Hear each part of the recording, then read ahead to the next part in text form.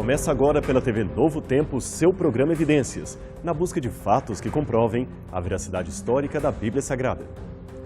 No nosso último programa, começamos a analisar o processo de transmissão do Novo Testamento. Já que não temos nenhuma cópia original dos livros, como saíram das mãos de Paulo, Lucas ou João e os demais escritores da Bíblia, temos o trabalho de transmissão textual. Nós vimos que existe um trabalho técnico chamado crítica textual, que lida não apenas com os manuscritos bíblicos, mas com todas as obras da literatura clássica antiga, procurando, é claro, resgatar o seu conteúdo, já que não possuímos mais o texto como saiu das mãos do autor. A crítica textual ajuda, então, a resgatar o original de uma obra antiga, e no caso do Novo Testamento, temos como vantagem o fato desse possuir mais de 24 mil manuscritos entre cópias gregas e antigas versões. Só para você ter uma noção, é fato conhecido entre os acadêmicos que se todas as cópias manuscritas e versões antigas do Novo Testamento desaparecessem, seria possível reconstruir o seu texto quase na totalidade, valendo-se apenas das citações que os chamados pais da igreja, isto é, os primeiros escritores cristãos, fizeram dele. Mas nós terminamos o programa anterior com uma problemática. É que existem muitas diferenças entre os manuscritos. Dos mais de 5.500 manuscritos gregos do Novo Testamento, não existe sequer 2 que sejam exatamente iguais. O teólogo ateu Bart Ehrman, do qual fizemos menção semana passada, autor do livro O que Jesus disse e o que Jesus não disse, invalida a confiabilidade do texto bíblico que possuímos. Ele diz assim: há mais variantes entre os nossos manuscritos que palavras do Novo Testamento. Não faz sentido algum falar de texto original. Ele conta algo em torno de 400 mil variantes entre os textos que possuímos. Como, portanto, podemos saber qual dessas variantes estaria ou não de acordo com o texto original? Se possuíssemos o texto original, aí era fácil. Era só comparar o manuscrito com o texto que saiu da mão do evangelista. Mas o problema é que esse texto original, chamado de autógrafo, desapareceu com o tempo. Agora, o curioso é que Bart, ou pelo menos o seu editor, se arvora de que ele tenha sido um especialista em crítica textual, herdeiro acadêmico de Bruce Metzger, o maior especialista em crítica textual do século XX.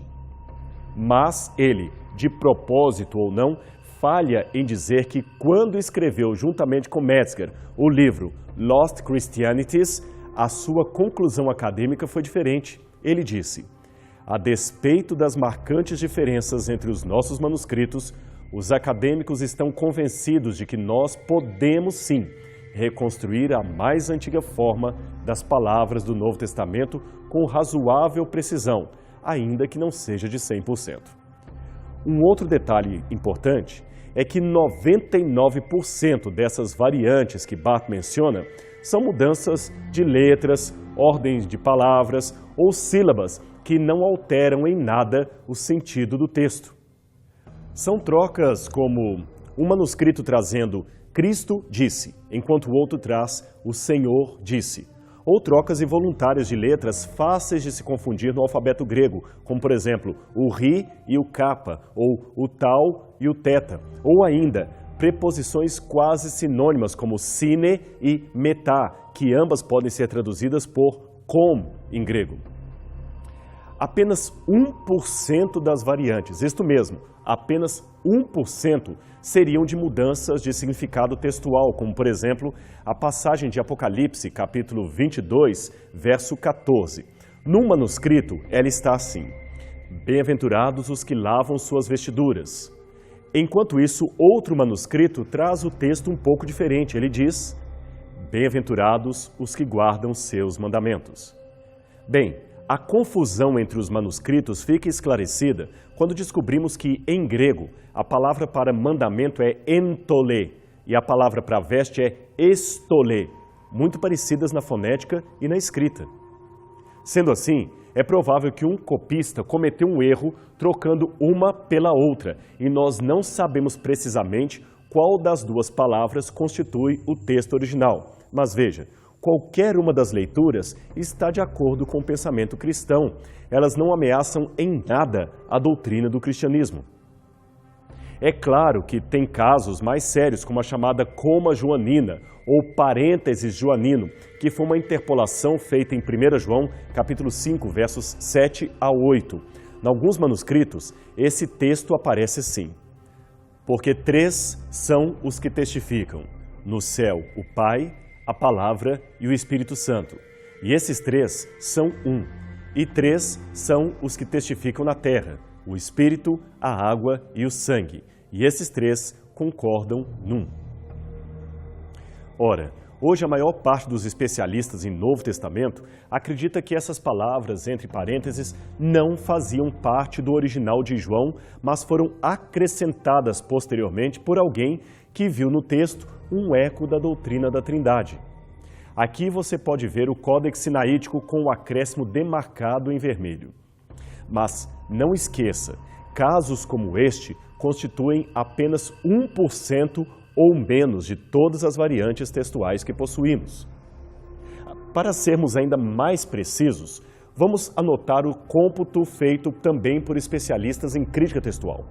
Daniel Wallace, diretor executivo do Centro de Estudos dos Manuscritos do Novo Testamento e editor do livro Revendo a Corrupção do Novo Testamento, chegou a uma conclusão interessante. Segundo ele, o texto grego do Novo Testamento pode ser arranjado em 20.000 linhas. Agora preste atenção, dessas 20.000 linhas, apenas 40 linhas, ou cerca de 400 palavras, seriam dúbias, não possibilitando saber como seria no original. E mais, dessas 40 linhas dúbias, 37 não afetam em nada qualquer doutrina do cristianismo. O também crítico textual D.A. Carson, autor de vários livros e artigos na área, declarou: o que está em jogo é uma pureza de texto de natureza tão substancial que nada do que acreditamos ser doutrinariamente verdade e nada do que somos ordenados a fazer é, de alguma forma, prejudicado pelas variantes. E para concluir esse assunto, é importante que se diga que uma análise detida das variantes demonstra, para longe de qualquer questionamento, que a grande maioria dos erros cometidos por escribas, 90% deles, não foram erros mal intencionados, mas apenas equívocos ou tentativas de tornar o texto mais claro ao leitor. Por exemplo, o Novo Testamento foi escrito num tipo de grego chamado koiné, que era mais popular e difundido no primeiro século. Ok, mas houve em algumas regiões do Império Romano um debate retórico que procurava imitar o estilo e a maneira da prosa ática, típica da cidade de Atenas. Por isso, o movimento foi chamado de aticismo. Ora, o aticismo ático era diferente do estilo koiné em várias formas de construção de frases. Então, alguns copistas, talvez acostumados ao estilo ático, às vezes faziam uma adequação gramatical do Novo Testamento ao estilo ao qual estavam acostumados a falar. Aí aparece a variante, por exemplo, que está em Marcos, capítulo 1, verso 37. No grego koiné, a frase está literalmente redigida assim. Vai ficar um pouco estranho em português, mas preste atenção. Também o encontraram, também estão dizendo para ele, porque todos estão buscando a ti. Agora veja como esse outro copista, corrigindo ou adequando o texto à gramática ática que ele estava acostumado, redige a mesma frase de um modo um pouco diferente. Ele diz: também, tendo encontrado-o, estão dizendo para ele, porque todos estão te buscando. Você percebeu a diferença? Nós colocamos as palavras literalmente como estão no texto grego para que você possa ver a diferença entre um e outro manuscrito. Agora, é claro que algumas vezes o copista foi chamado a atenção por um colega devido às alterações que ele fez ou aos erros, e tal indignação acabou sendo preservada em alguma anotação posterior. É o caso do Códex Vaticano do IV século, que traz nesta página uma nota adicional entre as colunas 1 e 2, que diz assim: insensato, desonesto, deixe o texto antigo, não o altere. Veja mais esta situação. Se você ler em sua casa o texto de Mateus, capítulo 5, verso 19 e 20, verá que a expressão no reino dos céus, en te basileia ton oranon em grego, ocorre 3 vezes. Quer ver? Aquele, pois, que violar um desses mandamentos, posto que dos menores, e assim ensinar aos homens, será considerado mínimo no reino dos céus. Aquele, porém, que os observar e ensinar, esse será considerado grande no reino dos céus. Porque vos digo que, se a vossa justiça não excederem muito a dos escribas e fariseus, jamais entrareis no reino dos céus. Acontece que o copista do Códex Sinaítico omitiu sem querer tudo o que estava entre a primeira e a última ocorrência da frase no reino dos céus. Isto fez com que o verso 19 ficasse mais curto, e o copista de outro manuscrito do Codex Bezae foi ainda mais longe. Ele omitiu tudo, desde a primeira ocorrência da frase no reino dos céus, pulando diretamente para o final do verso 20. Mas, como eu disse, estes são erros que hoje os críticos textuais têm condição de detectar e perceber tecnicamente. Eles sabem, inclusive, qual leitura seria a mais correta em relação ao original. Por isso, é muito importante que se tenham bem catalogados todos os manuscritos bíblicos de que se tem notícia. E não pense que eles estão trancados a 7 chaves numa biblioteca do Vaticano ou num depósito do FBI, como propõem alguns teóricos da conspiração. Pelo contrário, eles estão espalhados em bibliotecas, museus e centros de estudo do mundo inteiro. Alguns manuscritos, é claro, estão em melhor estado de conservação, outros nem tanto. Mas até mesmo um fragmento de manuscrito ajuda a confirmar a legitimidade bíblica. Eu tenho aqui, por exemplo, uma cópia do papiro P52. Ele também é conhecido como papiro John's Highlands, porque este é o nome da biblioteca na qual ele está guardado na cidade de Manchester, Inglaterra. Ele foi escrito em grego antigo, e esse papiro contém parte do capítulo 18 do Evangelho de João, sendo que na frente você tem os versos 31 a 33 e no verso os versículos 37 a 38. Ele foi descoberto no Egito em 1920 pelo explorador Bernard Grenfell. Depois ele foi levado para a biblioteca de John's Highlands, na Inglaterra, onde permanece até hoje. Mas você deve estar se perguntando qual o valor de um fragmento tão pequeno, tão minúsculo, para o estudo da Bíblia Sagrada. É simples. Por muitos e muitos anos, estudiosos céticos negavam que João pudesse escrever o seu evangelho e diziam que o que hoje chamamos de Evangelho de João seria uma composição teológica escrita no final do 2º e início do 3º século depois de Cristo, algo em torno do ano 200 da nossa era. Isto era muito afirmado pelos críticos, mas o fragmento em questão foi datado por vários especialistas em torno do ano 125 de nossa era, muito anterior à época em que os críticos afirmavam que o Evangelho de João teria sido composto. Ou seja, décadas antes da data proposta pelos críticos, o Evangelho de João já possuía uma cópia circulando lá no Egito, o que faz supor que ele fora composto muito antes disto, muito antes do que afirmavam os autores céticos. Isso, é claro, não comprova a autoria de João, mas corrobora com a posição tradicional que vê os evangelhos como compostos todos no 1º século depois de Cristo. Aliás, isso foi algo tão importante que veja o que escreveu Bruce Metzger, considerado por muitos o pai da crítica textual do Novo Testamento. Ele assim declarou: assim como Robinson Crusoe, vendo uma simples pegada na areia, concluiu que outro ser humano com 2 pés estava presente na ilha com ele, do mesmo modo, o P52 prova a existência e o uso do 4º evangelho durante a primeira metade do 2º século, numa cidade provinciana ao longo do Nilo, bem distante do seu tradicional lugar de composição, a cidade de Éfeso, na Ásia Menor. E o P52 não é o único exemplar que nós possuímos. Depois de 1935, vários outros papiros contendo partes dos 4 evangelhos foram descobertos e datados em torno do ano 150 de nossa era. E como são feitas as datações?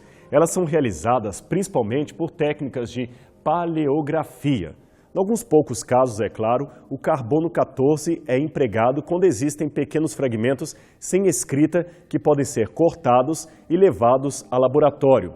Mas atualmente também novas técnicas laboratoriais não destrutivas estão aos poucos começando a ser testadas. Bem, eu poderia dizer muitas coisas a mais, mas eu creio que as informações dadas nesse programa são suficientes para que você veja o trabalho de averiguação e confirmação do texto bíblico. Veja como ele é academicamente sério. Aliás, debates acadêmicos, fóruns com apresentações de trabalhos científicos, congressos internacionais e pesquisas doutorais fazem parte desse mundo de investigação da Bíblia Sagrada. E olha que eu não mencionei os manuais, os livros técnicos, os artigos e revistas indexadas.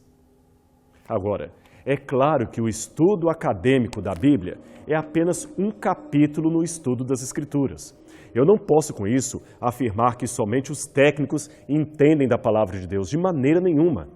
Talvez aí esteja a beleza do livro sagrado, que ele serve para todas as pessoas, de todos os tempos, níveis financeiros ou de todos os níveis sociais, e ele as torna igualmente irmãs diante do trono de Deus.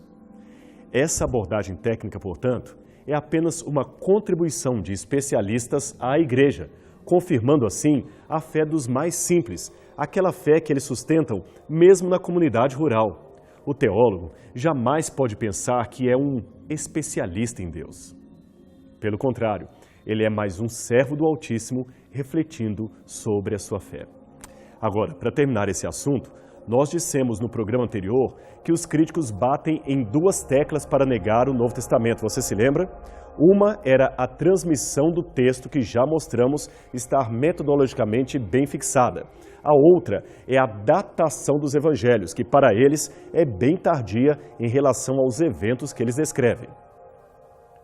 Quando afinal foram compostos ou escritos os evangelhos que nós possuímos na Bíblia? Bem, teólogos mais conservadores dizem que Mateus, Marcos e Lucas foram compostos antes do ano 60 de nossa era e João por volta do ano 90. Já os teólogos mais liberais dizem que Marcos talvez seja do final dos anos 60. Mateus e Lucas seriam por volta do ano 80 ou 90 de nossa era e João por volta do ano 110. Mas é curioso que, quando você vai olhar os argumentos apresentados para supor uma datação tardia dos evangelhos, perceberá que são todos argumentos subjetivos. Por exemplo, eles alegam que os discípulos viviam na expectativa do segundo advento de Cristo. Sendo assim, enquanto esperavam pelo próximo fim do mundo, os discípulos não teriam motivos para preservar os escritos sobre a vida de Jesus. Somente muitos e muitos anos depois, quando já estavam desapontados com o não cumprimento da vinda do Senhor, resolveram então escrever uma história a seu respeito, que seria, na verdade, uma parábola teológica, mais uma parábola do que um relato real do que de fato teria acontecido. Outra coisa que eles alegam é que a divindade de Jesus só teria sido inventada no final do primeiro século. Logo, passagens que descrevem Cristo como Deus seriam certamente tardias. E, finalmente, também argumentam que as profecias da destruição de Jerusalém certamente foram escritas depois que tal coisa aconteceu, pois jamais alguém poderia profetizar algo de maneira tão acertada em relação ao futuro. Ora, meu amigo, em que pese a erudição dos que disseram isto, você consegue perceber o caráter subjetivo das afirmações? Elas são mais suposições do que resultados diretos de análise científica. A bem da verdade, também não podemos provar laboratorialmente que os evangelhos são anteriores à data proposta pelos críticos, mas as evidências literárias apontam muito mais nessa direção do que naquela proposta pelos céticos. Deixe-me dar uns poucos exemplos para você. O Evangelho de Lucas é anterior ao livro de Atos. Isto até os céticos concordam. Pois bem, Atos termina com a prisão de Paulo aguardando comparecer perante César. Ora, A história revela que Paulo terminou degolado como mártir por volta do ano 66 de nossa era. Isto leva a crer que Atos dos Apóstolos teria sido escrito bem antes dessa época, talvez em torno do ano 62 depois de Cristo. Sabe por quê? Doutra feita, o livro deveria mencionar a morte de Paulo, e lá não há menção nenhuma disto. O livro também não menciona a sedição judaica de 66 a 70, não fala nada da destruição do templo e de Jerusalém no ano 70, nem faz menção do incêndio criminoso em Roma. Veja, há uma série de eventos históricos que não fazem sentido estarem fora da trama de um livro tão bem montado em termos gráficos e historiográficos como esse livro de Atos dos Apóstolos. Alguns até supõem, pela linguagem empregada no Atos, que ele foi possivelmente um dossiê jurídico utilizado no julgamento de Paulo. Sendo assim, o Evangelho de Lucas, que o antecede, seria escrito antes dessa época, portanto, antes do ano 62 depois de Cristo. Ainda no Evangelho de Lucas, esse traz em seu prefácio que o seu escrito foi produzido a partir de uma exaustiva investigação em várias fontes, orais e escritas, o que supõe, é claro, a existência prévia de outros evangelhos nos quais ele poderia ter se valido como fonte textual. Assim, do ponto de vista linguístico, mesmo que os evangelhos tenham sido escritos em grego, eles possuem também um forte tom hebraico e aramaico, especialmente nos ditos de Jesus Cristo. Ora, esses tons hebraicos, chamados tecnicamente de hebraísmos ou aramaísmos do texto, não condizem com uma obra 100% produzida a posteriori, a não ser que ela tenha sido composta por testemunhas oculares, como foi o caso de João, e ainda testemunhas que retinham aquele sotaque original ou aquele estilo, mesmo depois da diáspora dos judeus ocasionada pela destruição de Jerusalém no ano 70. Outro detalhe, os evangelhos também mantêm muito forte a promessa de Cristo de em breve voltar à terra. Ora, se os mesmos tivessem sido escritos num contexto de desapontamento com essa promessa, eles deveriam das duas uma, ou terem retirado a promessa de seu conteúdo, ou, pelo menos, apagado a noção de brevidade do seu cumprimento. Os evangelhos e o livro de Atos lidam com os saduceus como um problema vigente, e esse partido dos saduceus perdeu completamente o seu poder depois da destruição do templo no ano 70. Logo, ficaria sem sentido falar desse partido como um problema se esse livro tivesse sido escrito depois disto. Especialistas que estudaram o Evangelho de Marcos dizem que ele tem a forma de um ditado, como se dependesse de uma testemunha ocular dos eventos que são ali descritos. Isso fora o testemunho de autores cristãos antigos como Irineu, Papias, Orígenes, todos que viveram no segundo século e confirmaram a antiguidade e a autoria dos textos do Novo Testamento que nós possuímos. Todos esses são indícios internos, mas também externos, que até autores racionalistas, como o historiador Adolf von Harnack e o teólogo liberal John Robinson, autor do livro Honesto para com Deus, admitiram. Eles chegaram à conclusão de que os indícios apontam para uma autoria e datação dos evangelhos oposta àquela posição levantada pelos críticos. E olha que esses homens que eu mencionei passavam longe de serem leigos ou conservadores cristãos. Aliás, não só eles, mas vários outros especialistas chegaram à mesma conclusão. Como trouxe a matéria da revista Time, renomados acadêmicos agora acreditam que o relato do Novo Testamento é uma história confiável. Agora, de tudo o que foi dito, o maior argumento que podemos usar a favor dos textos e do Novo Testamento está aqui em Romanos, capítulo 1, verso 16, que diz o seguinte: o Evangelho é o poder de Deus para a salvação de todo aquele que crê. Isto mesmo, o poder para uma salvação que pode chegar hoje a você e sua família. Basta ler e acreditar. E eu espero em Deus que a salvação pregada pelo Evangelho atinja sua vida e transforme você numa nova criatura. O programa Evidências vai ficando por aqui, mas semana que vem temos outro encontro aqui na TV Novo Tempo para mais um assunto da Bíblia Sagrada. Até lá!